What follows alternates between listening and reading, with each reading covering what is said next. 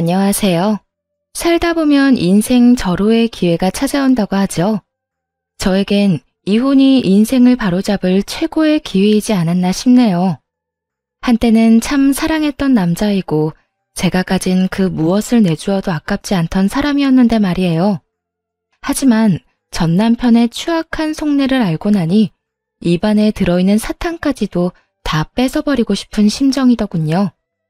친정아빠가 주변 사람들을 의심하고 또 의심할 땐 왜 무턱대고 사람을 의심하냐며 그렇게나 못마땅해 했었는데 말이죠.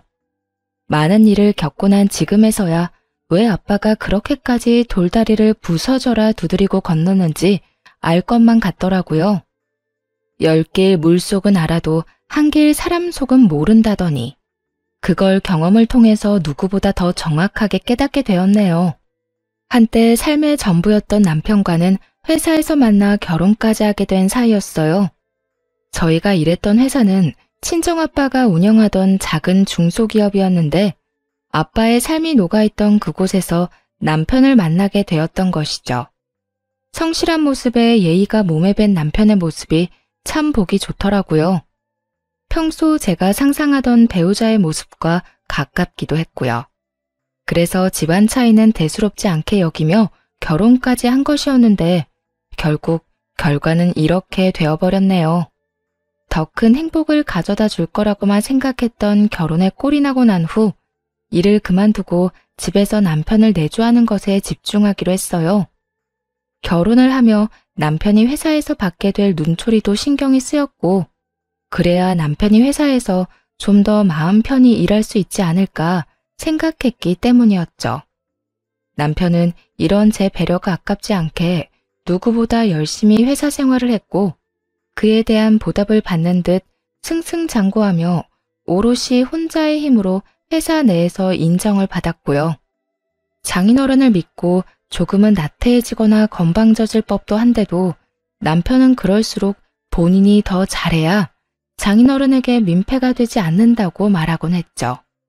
그렇게 늘 새벽에 출근을 하고 가장 마지막까지 회사에 남아 일을 하곤 했어요. 주말도 없이 밤낮으로 일만 하는 남편 덕에 결혼을 하고 난 후 데이트다운 데이트 한번 해본 적이 없었네요. 하지만 괜찮았어요. 오히려 그렇게까지 열심히 사는 남편을 잘 보필하며 저 역시 늘 열심히 살려고 노력했죠. 앞서 말씀드린 것처럼 아빠는 사람을 쉽게 믿지 않는 분이셨고 그래서 남편에게 다른 의중이 있을 것이라며 의심스럽게 바라보시던 시절도 있었어요. 하지만 3년 동안 한결같이 성실한 남편의 모습에 마음을 여시는가 싶더니 어느 순간부턴 중요한 결정을 내리기 전엔 남편을 불러 상의하곤 하더라고요. 여보, 오늘은 일찍 온다더니 왜 이렇게 늦었어? 그게 장인어른께서 이번 투자처 때문에 급하게 상의 좀 하자고 하셔서 장인어른이랑 서류 좀 살펴보느라 늦어졌어. 많이 기다렸어? 아니, 그냥 연락도 없이 늦길래 걱정했지. 그나저나 우리 아빠가 이제 당신한테 많이 의지하긴 하는가 봐. 이런 결정 내릴 때마다 당신 많이 찾네? 우리 여보가 일을 잘하긴 잘하나 보지? 멋있어. 이러다가 곧 아빠가 더 중요한 자리로 승진시켜주는 거 아니야? 에이, 그런 말 하지도 마. 난 지금 자리도 벅차니까 말이야. 장인어른께도 그런 말은 하지도 마. 난 정말 장인어른께 패되기 싫어서 열심히 하는 건데 괜히 그런 말 때문에 장인어른이 괜한 오해하시는 거 싫어. 알겠지? 걱정도 팔자다. 내가 왜 그런 말을 하겠어? 당신 곤란해지게. 그냥 나는 당신이 이만큼 열심히 하고 잘하니까 그렇지. 여보, 정말 멋있어. 진짜 대단하다고 생각해. 당신도 대단하고 멋있어. 나야 나가서 일만 하면 되지만 당신은 안팎으로 내조한다고 얼마나 힘들어. 그런 면에선 나보다 당신이 더 대단하고 멋있어. 만족감이 가득한 평화로운 시간을 보내던 어느 날, 시댁에 신경이 쓰이는 사람이 생겼어요. 그건 바로 남편의 사촌 동생이었는데 외국에 살고 있어 지금까지는 한 번도 본 적이 없었죠. 외국에서 혼자 귀국하게 된 아가씨는 시댁에서 지내고 있었고 기분 탓인지 몰라도 시댁에 갈 때마다 묘하게 날선 반응을 보인다는 느낌이 들더라고요. 저와 시모의 사이를 떼놓으려고 술을 쓴다는 느낌을 몇 번 받기도 했고요. 가장 어이가 없었던 사건은 시모의 생신을 얼마 앞두지 않았던 날에 일어났어요. 시모와 오랫동안 이야기한 끝에 약속했던 데이트를 하기로 한 날이었죠. 그간 하고 싶었던 일을 골라 하루 날을 잡고 제대로 함께 보내기로 한 날이었거든요. 그래서 영화 예매도 하고 예약하기 어려운 마사지샵과 근사한 식사까지 예약한 상태였고요. 그야말로 만반의 준비를 하고 시댁으로 갔죠. 어머님, 오늘 저랑 데이트하기로 하신 거 기억하시죠? 영화 예매도 해놓고 마사지 예약도 다 했어요. 한껏 들떠 시모에게 하루 일정에 대해 알려주니 시모가 뭐라고 하기도 전에 아가씨가 나서서 빈정거리기 시작하더라고요. 어머, 오늘 우리 이모랑 데이트 가요? 그러면 나는 어떻게 해요? 혼자 집에 있어요? 듣자하니 돈도 많다던데 쓰는 김에 좀 더 쓰지. 순간적으로 아차 싶기도 했어요.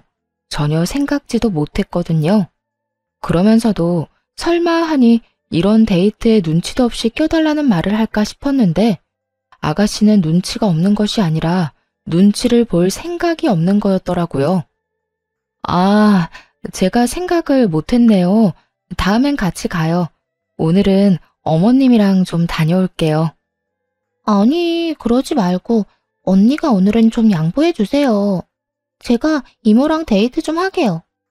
한국 와서 종일 자느라 제대로 된 외출도 못했는데 언니가 양보해주면 제가 오늘 대신해서 이모랑 즐거운 시간 보내다 올게요. 사실 언니도 저한테 고마운 거 다 알아요? 요즘에 누가 시어머님 모시고 다니는 거 좋아라 해요? 그러니까 이렇게 말할 때 못 이기는 척 빠져요. 알겠죠? 이모도 나랑 가는 게 더 좋잖아. 그렇지? 순간 정신이 멍해져서 이게 무슨 말인가 되새김질하고 있는데 그 찰나를 놓치지 않고 시모의 팔짱을 끼더니 갖은 애교를 부리기 시작하더라고요. 곧이어 시모도 하는 수 없다는 듯 웃으며 이렇게 말했어요. 그래, 아가. 이번엔 아가가 좀 양보해 주려무나. 우린 다음에 또 가도 되지만 얘는 언제 다시 외국으로 들어갈지도 모르는데. 있을 때 좋은 추억 만들어주고 싶어서 그래. 이렇게 말하는데 거기에서 단호하게 안 된다는 말이 나오지 않더라고요. 그 상황에서 시모를 데리고 외출을 해봤자 시모도 저도 기분이 썩 유쾌하진 않을 것 같았거든요. 기껏 돈 들이고 시간 들여 예매까지 했더니 중간에서 획 낚아채 가는 꼴을 보는데 참 기가 막히더라고요. 직계가족도 아니고 먼 친척 동생이라고 하니 그러거나 말거나 무시하면 그만이겠지만요. 그래도 남편이 친정에 잘하는 만큼 저 역시 시댁에 잘하고 싶다는 마음이 컸던 터라 그냥 넘길 수만은 없었어요. 시모와 잘 지내기 위해서 일부러 시간을 내어 시댁에 가는 것인데 그때마다 아가씨라는 장벽이 가로막고 있다는 느낌이 드니 기분이 나쁜 것도 사실이었고요. 하지만 처음에는 참았죠. 그렇게 여러 번 참다 결국 남편에게 이런 고민을 털어놓게 되었어요. 여보, 있잖아. 어머님 댁에 당신 사촌동생. 어? 걔가 왜? 아가씨가 아무래도 날 별로 안 좋아하는 것 같아. 내가 어머님 댁 갈 때마다 조금씩 트집을 잡기도 하고 어머님이랑 기껏 약속 잡아놓으면 꼭 아가씨가 급한 일이 있다며 어머님을 모시고 가버리더라고. 아니면 우리 약속에 같이 와서는 나만 겉돌게 만들거나 그래. 처음엔 내가 너무 예민한 건가 싶었는데 매번 같은 일이 반복되니까 나도 슬슬 기분이 나빠지려고 해서 말이야. 그렇다고 내가 직접 뭐라고 하기엔 증거도 없고 치사해 보이기도 하고. 그런데 또 그냥 참기엔 이건 너무 아닌 것 같아서. 어떻게 생각해? 이야기를 들은 남편은 더 화를 내며 자신이 해결하겠다고 큰 소리를 치더군요. 참기는 왜 참아 당신이. 당신이 그렇게 느낀 거면 걔가 그런 상황을 만든 게 분명할 건데 당신 말대로 당신이 나섰다간 괜히 분위기 이상해질 수도 있으니까 내가 잘 이야기해서 집에서 내보낼게. 당신은 아무 걱정도 하지 마. 원하던 대답이긴 했지만 막상 남편이 그렇게 말하니 마음이 또 불편하더라고요. 듣기론 아가씨 혼자 귀국한 이유가 외국에서 지내다 우울증이 심해져서였다고 했거든요. 그래서 혼자 지내지 않고 시댁에서 보살피기로 했다고요. 그런 아가씨를 저 때문에 내보냈다가 혹시나 엄한 일이라도 일어난다면 큰일이었으니까요. 아니야. 아무리 그래도 집에서 내보내는 건 아닌 것 같아. 그렇지 않아도 우울증 심해서 하던 일도 공부도 그만두고 왔는데 혹시나 혼자 지내다가 무슨 일이라도 생기면 어떡해. 하긴 부럽긴 하네. 그것까진 생각 못했네. 그러면 일단 내가 잘 이야기해볼게. 당신 곤란하지 않게 말이야.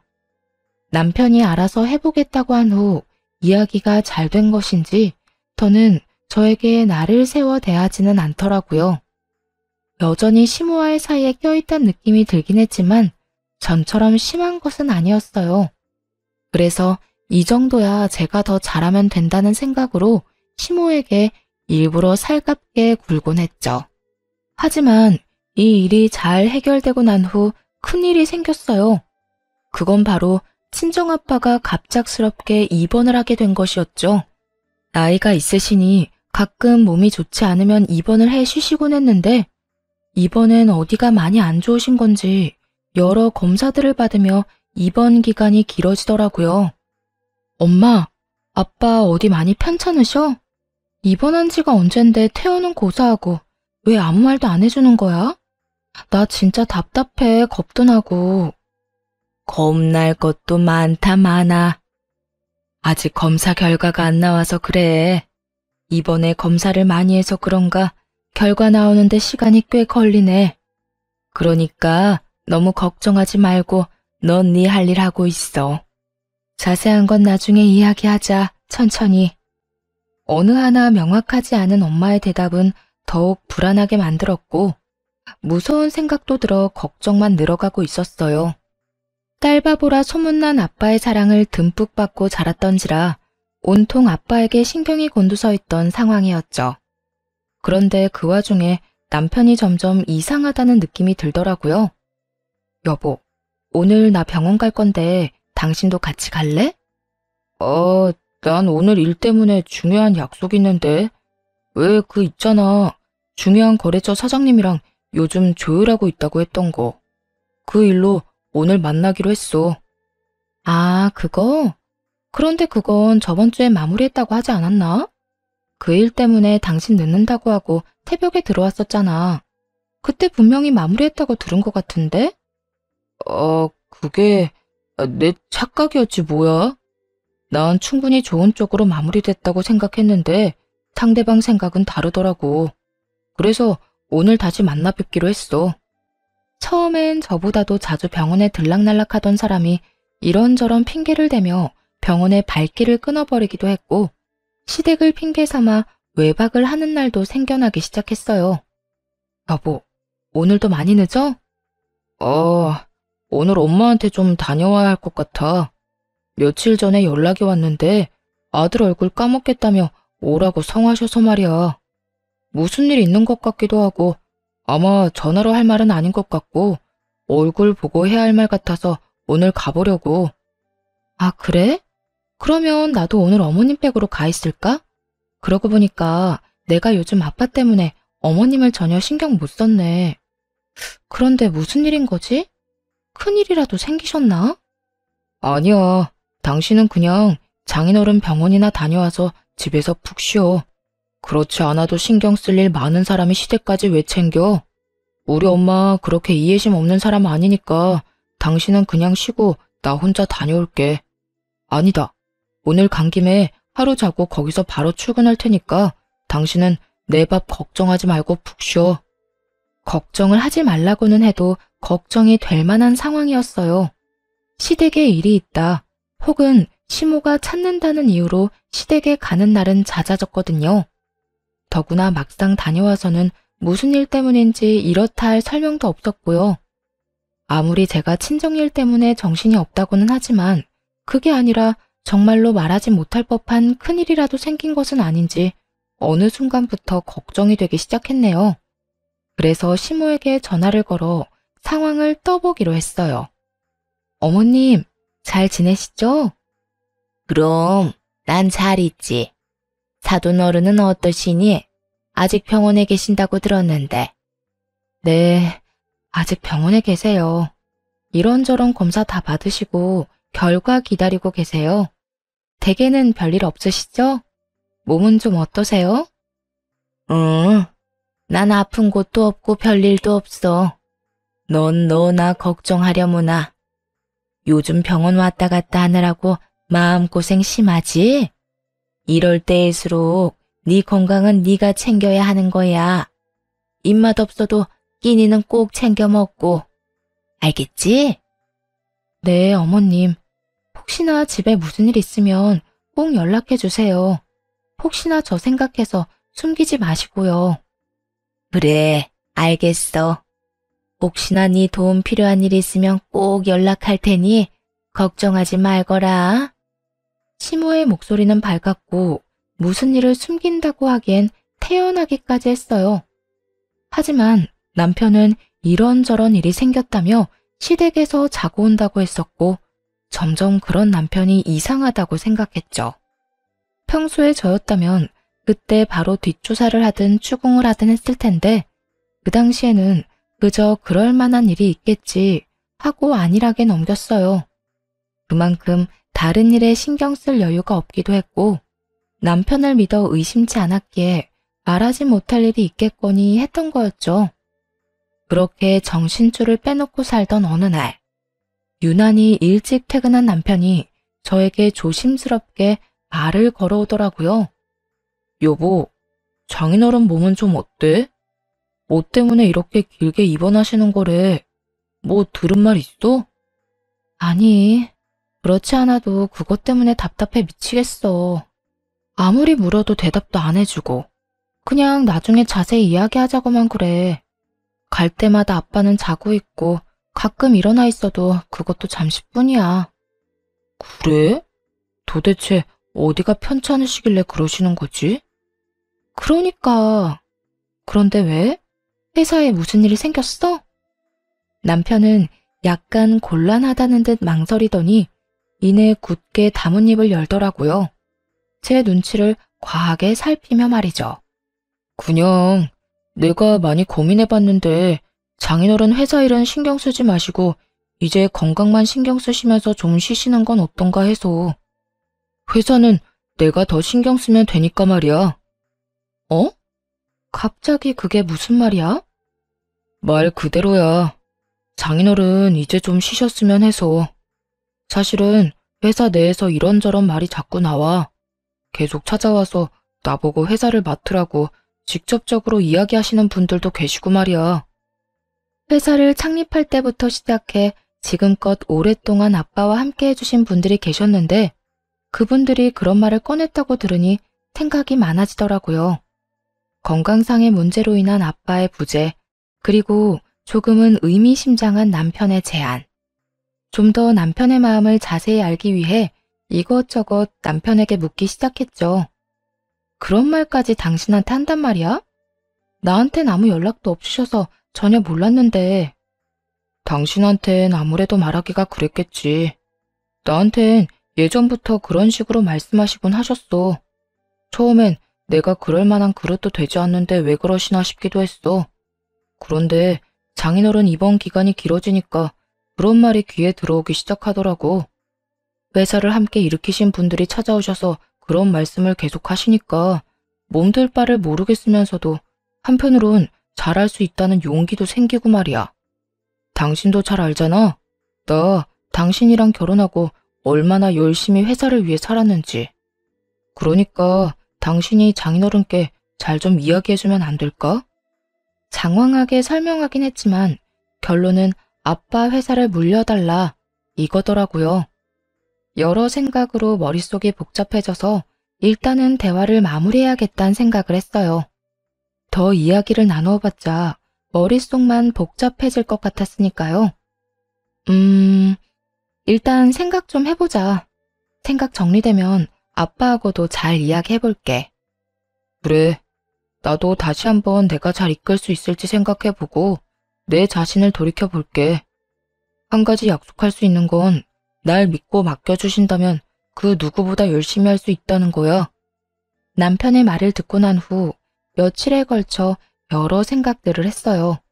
그리고 아빠에게 이런 이야기들을 전해주기로 결심했죠. 저야 이러저러한 의견을 아빠에게 전할 뿐 결정을 내릴 수 있는 입장은 아니었으니까요. 그렇지 않아도 부르려고 했는데 잘 왔구나. 그래, 우리 딸 할 말 있다고? 그게... 아빠, 회사 내에서 이런저런 이야기들이 나오기 시작하나 봐요. 아무래도 아빠 건강 문제도 있고 박서방한테 회사를 물려주고 아빠는 이제 좀 쉬시는 게 어떤가 하는 말이요. 저도 이런저런 생각을 많이 해봤는데 아빠 생각은 어떤지 궁금해서요. 그래? 그렇지 않아도 박서방 문제로 상의할 것이 있어서 부르려고 했는데 통한 것 같네, 딸. 그날 아빠와 전 여러 이야기들을 나누었고 아빠는 변호사와 남편을 불러 유언장을 쓰기 시작했어요. 유언장엔 아빠가 돌아가시거나 그와 유사한 상황이 오면 남편이 회사를 맡게 된다는 내용과 함께 여러 재산을 남편에게 상속한다는 내용이 있었죠. 아빠가 유언장을 작성하는 걸 본 남편은 눈물까지 글썽이며 감사하단 말을 아끼지 않더라고요. 장인어른, 정말 감사합니다. 믿고 맡겨주신 만큼 열심히 실망하지 않으시도록 제가 열심히 배우고 잘 이끌겠습니다. 후후, 박서방, 잘 부탁하네. 아직은 내가 사장 자리를 지키고 있긴 하지만 내가 없으면 자네가 다 맡아 해야 할 자네 회사네. 그러니 부디 잘 이끌어주게. 그리고 내 딸도 마찬가지네. 우리 귀한 딸 눈에서 눈물 나지 않도록 박서방이 많이 아껴주고 사랑해주게. 걱정하지 마십시오, 장인어른. 회사는 물론이고 제 와이프 눈에서 눈물 나는 일 절대로 없도록 하겠습니다. 아시지 않습니까? 이 사람을 저 자신보다도 사랑하고 아끼는걸요. 그러니까 다른 걱정은 하지 마시고 건강 하나만 신경 쓰시면서 지내주세요. 그래, 여러모로 자네를 믿어보겠네. 훗날 무슨 일이 일어나는지를 모른다면 참 아름다운 장면이었죠. 눈물을 글썽이며 아빠의 손을 잡은 남편과 그런 남편의 손을 두 손으로 감싸주고선 바라보는 아빠. 정말 드라마에서 보던 장면 아닌가요? 하지만 이런 드라마 같은 상황은 찰나와도 같았어요. 유언장을 쓰고 얼마 지나지 않아 엄마에게서 연락이 왔으니까요. 그 연락을 받은 건 다름 아닌 남편이었어요. 네, 장모님. 이렇게 일찍 무슨 일 있으세요? 박서방, 아무래도 마음의 준비를 하는 것이 좋을 것 같아서 전화했어. 그게 무슨 말씀이세요? 말 그대로야. 바깥 양반 얼마 못 버틸 것 같아. 갑자기 상태가 급격하게 나빠지기 시작하더니 지금은 의식이 없어. 병원에서 마음의 준비를 하는 게 좋다고 하더라고. 어떻게 이렇게나 갑자기... 장모님은 좀 괜찮으세요? 나보다 우리 딸이 걱정이네. 자네가 말 좀 잘해줘. 잘 위로해주고 말이야. 딸 목소리 들으면 말이 안 나올 것 같아 자네한테 연락했네. 네, 장모님. 걱정하지 마세요. 제가 잘 이야기하고 챙길게요. 마음 잘 추스르고 계세요. 제가 시간 내서 병원으로 갈게요. 그 연락을 시작으로 저의 일상을 비롯해 모든 것이 다르게 흘러가기 시작했어요. 남편은 점점 변해가더라고요. 하루가 멀다고 제 집처럼 오가던 병원은 발길을 끊어버렸고 상냥한 말투는 온데간데 없이 사라졌네요. 여보, 요즘 당신 좀 변한 것 같아. 무슨 일 있어? 좀 예민하다고 느껴지기도 하고 무심하다고 느껴질 때도 있어서 서운할 때도 있다고. 요즘 많이 힘들어? 서운? 당신이 애야?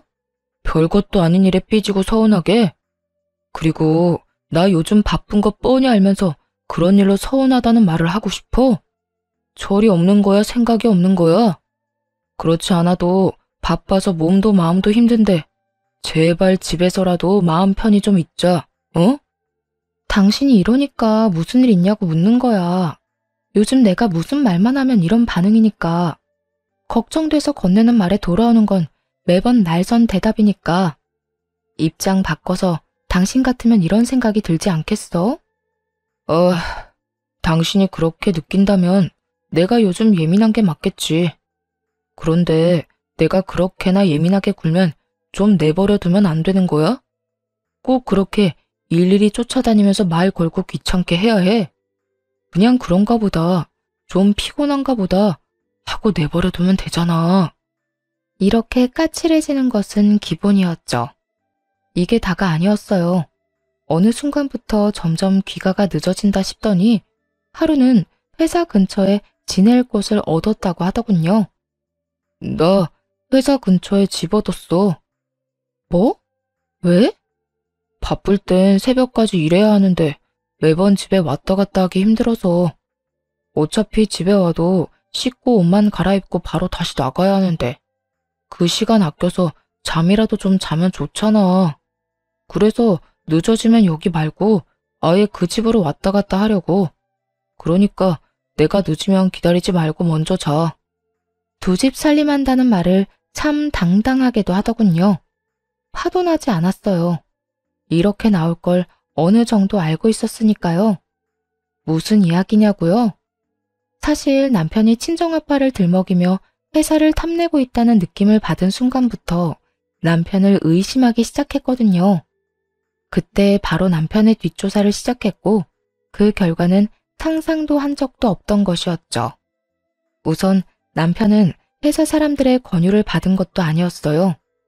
오히려 회사 내 오래된 분들을 직접 찾아뵙고 다니며 자신의 편으로 만들기 위해 온갖 애를 쓰고 있었더라고요.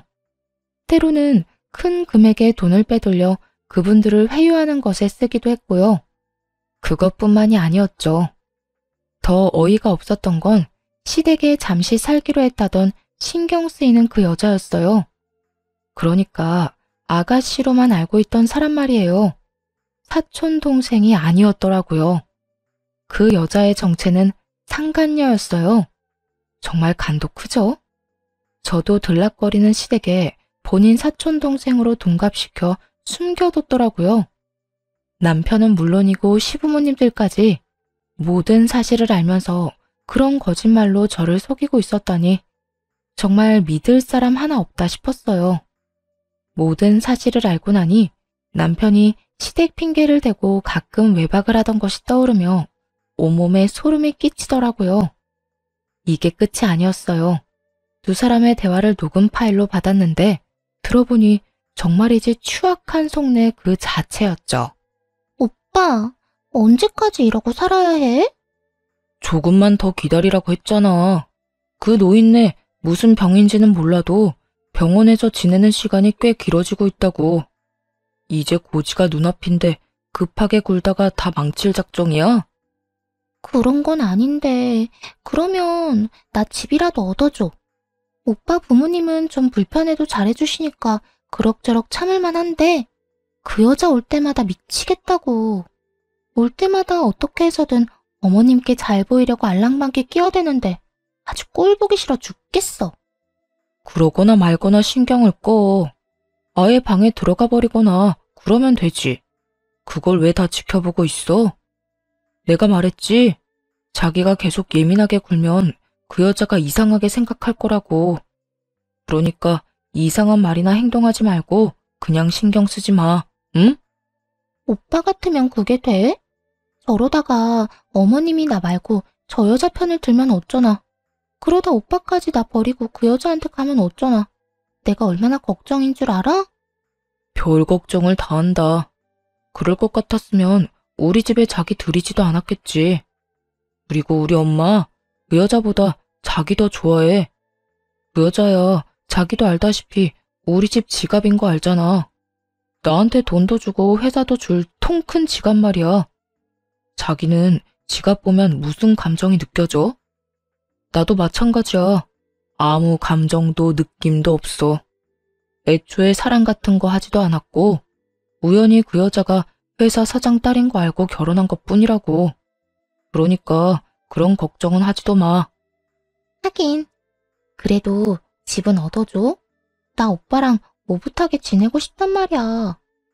그래, 그건 타이밍 봐서 얻어줄게. 그래도 일단 완전히 회사 얻고 난 뒤에 혹시나 꼬리 잡히면 끝장인 거 알지? 알겠어. 그때까진 기다리도록 해볼게. 그러니까 이렇게 밖에서 둘만 만나자고 조르는 것도 한동안은 자제해. 정 밖에서 보고 싶으면 엄마를 데리고 오란 말이야. 다 된 밥에 코 빠뜨리지 말자 우리. 저와 저희 집을 지갑이라고 칭하며 어떻게 해서든 하나라도 더 받아가려고 안달이 났더군요. 자기들 딴엔 치밀한 계획이라고 생각하는 것 같았는데 이렇게 하루아침에 모두 들켜버렸다는 걸 알면 과연 어떤 표정을 지을지 그것 참 궁금하더라고요. 모든 사실을 알고 난 후 이혼은 당연한 수순이었지만 그래도 망설여지는 건 어쩔 수 없더라고요. 그 당시 아빠가 계속해서 병원에 계셨으니까요. 건강한 상태에서 들어도 충격적인 내용인데 입원한 상태의 아빠에게 말을 꺼내려고 하니 차마 입이 떨어지지 않았죠. 그렇게 이러지도 저러지도 못하며 시간만 보내던 어느 날 엄마에게 연락을 받았어요. 그렇지 않아도 마침 이 모든 것을 말씀드리기로 결심이 섰던 터였죠.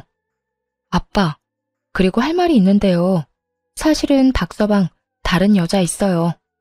우울증이 심해서 시댁에 와 있다던 박서방 사촌동생, 사실은 상간녀였더라고요. 물론 시댁에서도 이걸 다 숨기고 모른 척 했던 거고요. 그리고 아빠 회사를 노리고 있는 것 같아요. 조심스럽게 지금껏 알게 된 사실을 꺼내놓자 아빠는 복잡한 표정을 지으며 한숨을 쉬시더라고요. 아, 너도 결국엔 알게 됐구나. 오늘 내가 보자고 한 것도 이것 때문이었다. 이번에 입원이 길어진 이유는 박서방을 지켜보기 위함이었어.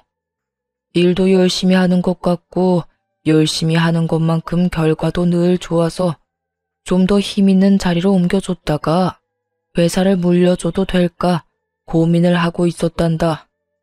그런데 아무래도 찝찝한 기분이 가시지 않더구나.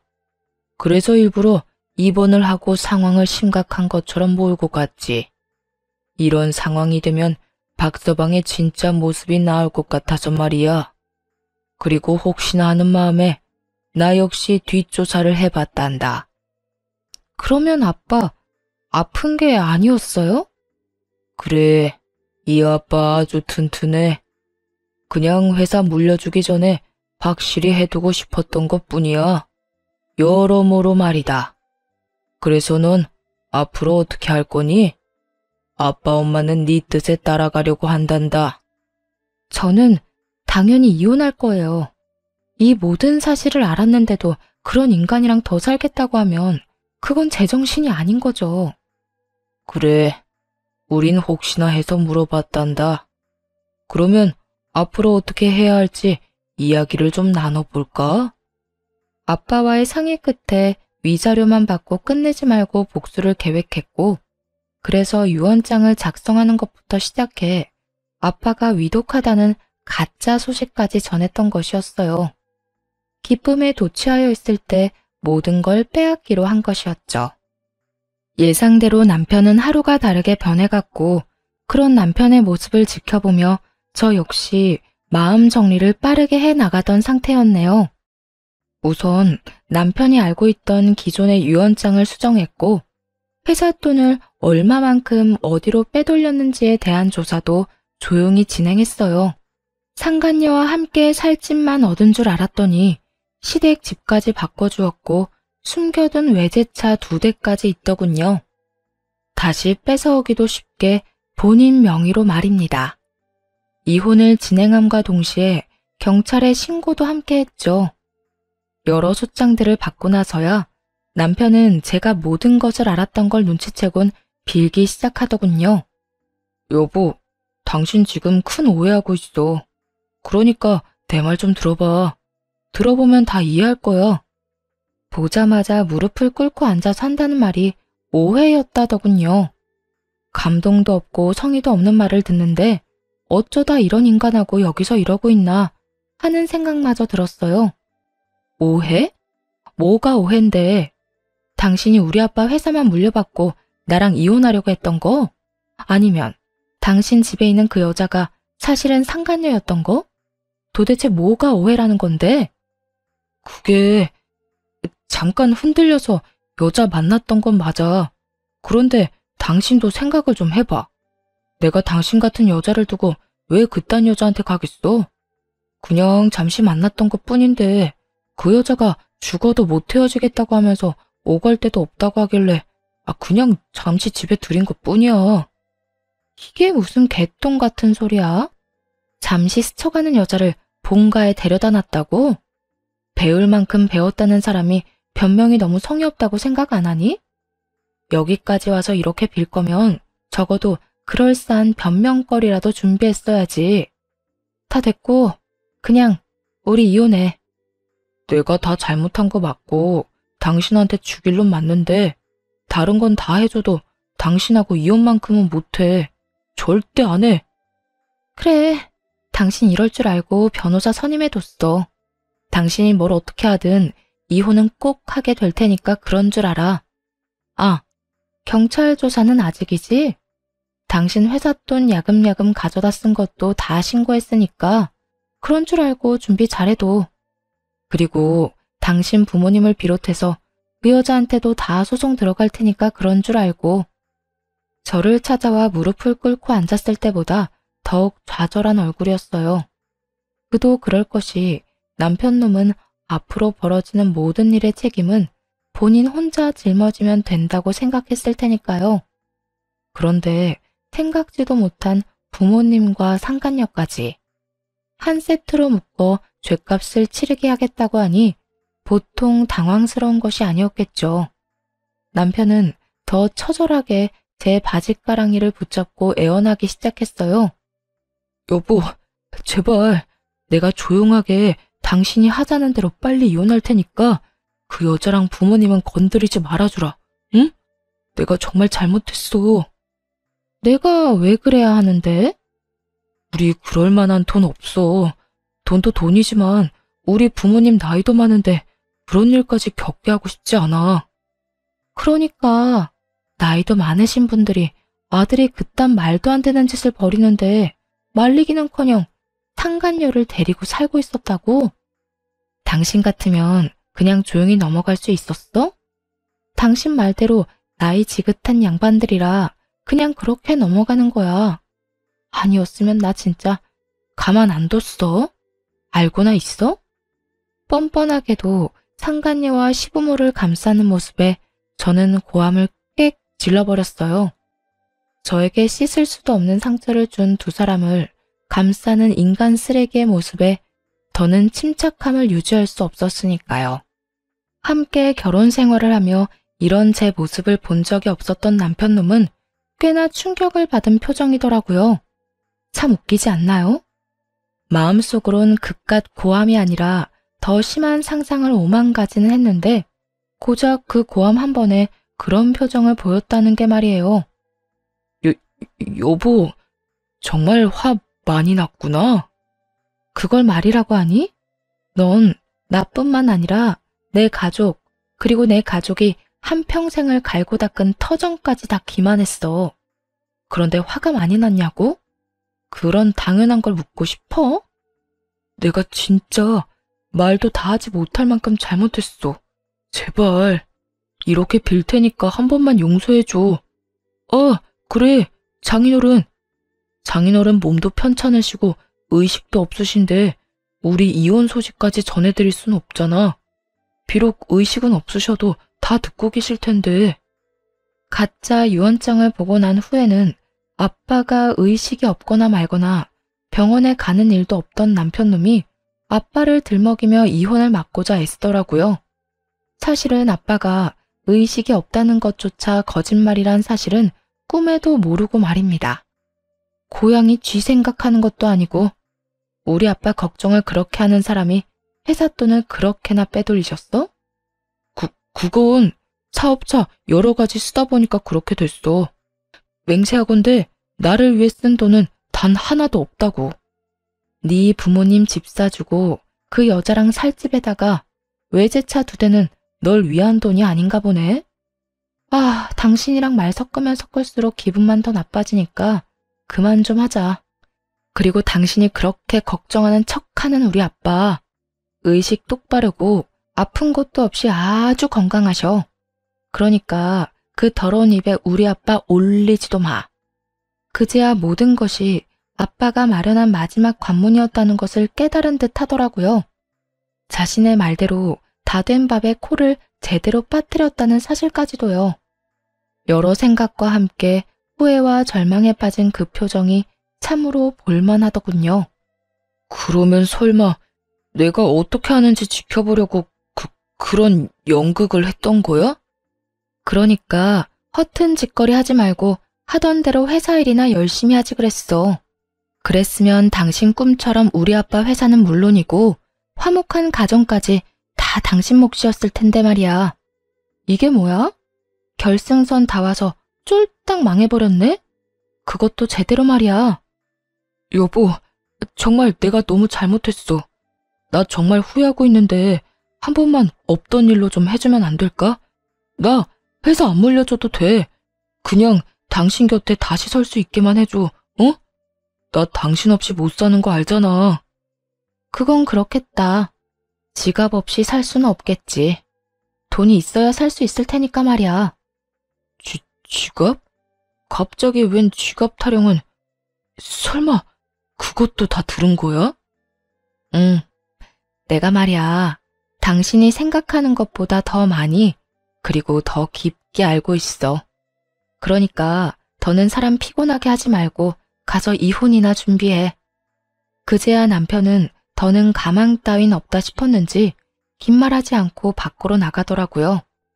그 후 소송은 진행되었고 유능한 변호사님들의 도움을 받아 남편을 비롯해 작당모이한 모든 사람들의 서랍 속 실가락지 하나까지 남기지 않고 싹 다 받아냈습니다.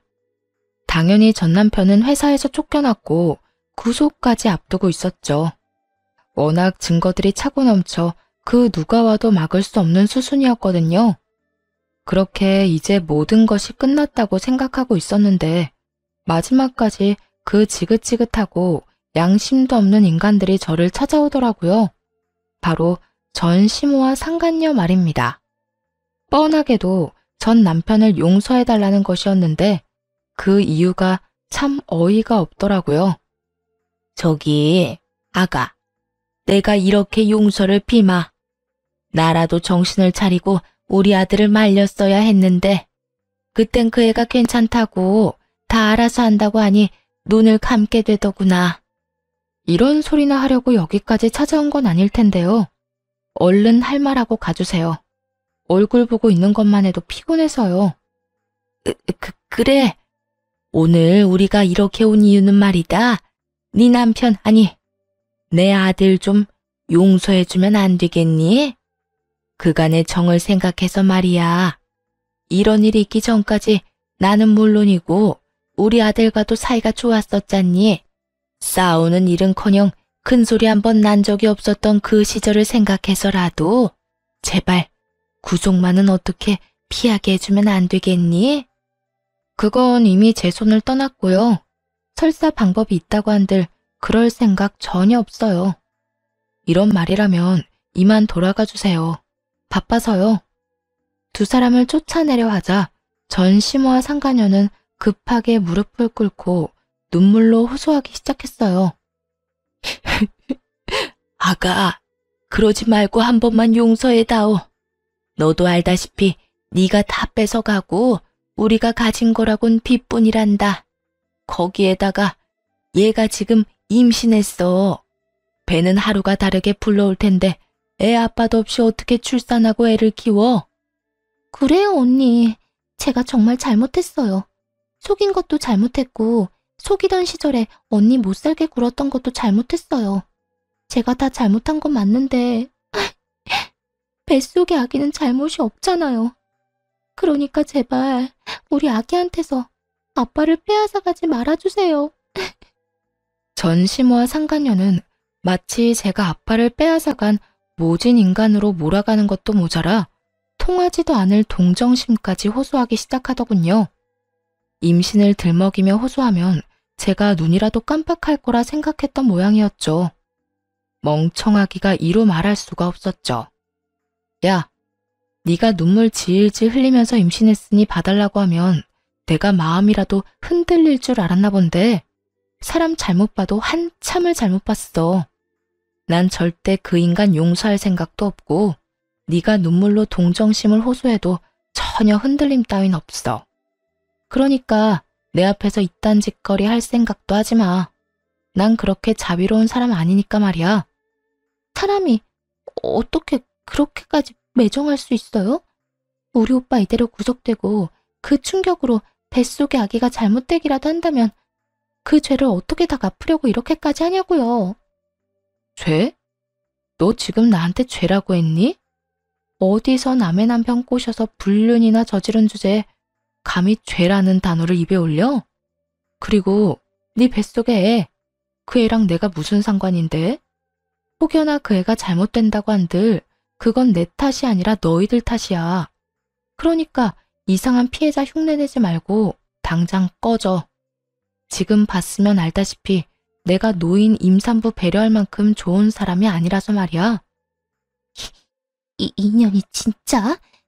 누군 네가 예뻐서 이러고 있는 줄 아나 본데 나도 너 싫고 짜증나거든? 그 어떤 방법으로도 마음을 돌릴 수 없다는 걸 깨달은 상간녀는 욕짓거리하며 손을 치켜 세우더군요. 전 바로 그런 상간녀의 손을 붙잡아 그대로 집 밖으로 쫓아내버렸어요. 그 모습을 본 시모 역시 저에게 화를 내며 언성을 높이기 시작하더라고요. 너 지금 홀몸도 아닌 애한테 뭐 하는 짓이야? 그러니까요. 홀몸도 아니면서 왜 여기까지 찾아와서 이딴 꼴을 당한대요? 손버릇은 또 얼마나 안 좋은지 태교해야 할 사람이. 어쨌든 난 할 말 다 했으니까 2번 다신 찾아오지도 마세요. 그렇게 전 시모 역시 내쫓아 버렸어요. 내쫓기는 순간까지 어떻게 해서든 해를 가해보려 노력하는 듯 했지만 보기 좋게 질질 끌려 나가고 말았죠. 그 후 전 남편은 구속이 되었고 누구 하나 돈 버는 재주가 없었던 전 시부모와 상간녀는 빚쟁이가 되어 길거리에 나앉았다고 하더라고요. 그런 상황은 단 한 번도 상상조차 해본 적 없었는지 상간녀는 그 길로 늙은 노부부를 버리고 도망가 버려 연락조차 되지 않는 상태라고 했어요. 그 뒤로 전 행복하기 위해 부단히 애쓰며 살아가고 있어요. 아빠는 회사에서 물러나셨고 회사는 제가 아닌 회사에 오래 계셨던 분이 맡아주시고 있고요. 그리고 지금은 다시 입사해 이런저런 일을 배우고 있는 중이에요. 친정에서 지내며 부모님의 집을 지키면서 말이에요. 두 분은 요즘 여행을 다니시며 행복한 시간을 보내시는 중이라 집이 비는 날이 더 많아 혼자 사는 거나 마찬가지네요. 이혼을 하고 난 후 가장 많이 바뀐 것은 시간을 오로지 저를 위해 쓴다는 것인데요. 결혼 생활을 할 땐 모든 시간이 전 남편만을 위해 쓰였는데 이혼을 하고 나니 그것이 그렇게 후회가 되더라고요. 그래서 요즘은 모든 시간을 오로지 저만을 위해 쓰고 있어요. 평일엔 회사 일을 잘 습득하기 위해 부단히 노력하고 주말엔 충전을 위해 그저 쉬기도 하고 여러 곳을 다니며 구경을 하기도 해요. 가끔은 운동을 하며 에너지를 쏟아내기도 하고요. 이혼을 하고 친정으로 갔던 날 소송 내내 무덤덤하게 저를 도우시던 부모님이 우시더라고요. 우리 딸 고생 많이 했어. 그동안 많이 힘들었지? 이 사람이 애 앞에서 울지 말라니까. 당사자도 저렇게 씩씩하게 잘 이겨내고 있는데 당신이 이렇게 울면 어쩌자는 거야? 딸, 고생했어. 많이 힘들었지? 이제 다 끝났다. 그러니까 한동안은 우리 좀 쉬자. 푹 좀 쉬고 다시 잘 시작해보자. 네, 엄마, 아빠. 저 잘 이겨낼 수 있어요. 그러니까 두 분도 너무 마음 아파하지 마세요. 저는 정말 괜찮아요. 한번 무너졌던 우리 가족은 지금은 보란 듯이 잘 지내고 있어요. 아빠 말씀대로 저흰 긴 휴식기를 지나 평온을 찾았고요. 앞서 말씀드렸다시피 부모님은 부모님대로 저는 저대로 새로운 출발을 시작했으니까요. 그럼 저는 행복한 시간을 보내기 위해 물러가 볼게요. 제 긴 사연 함께 해주셔서 감사합니다. 애청자분들 모두 행복하세요.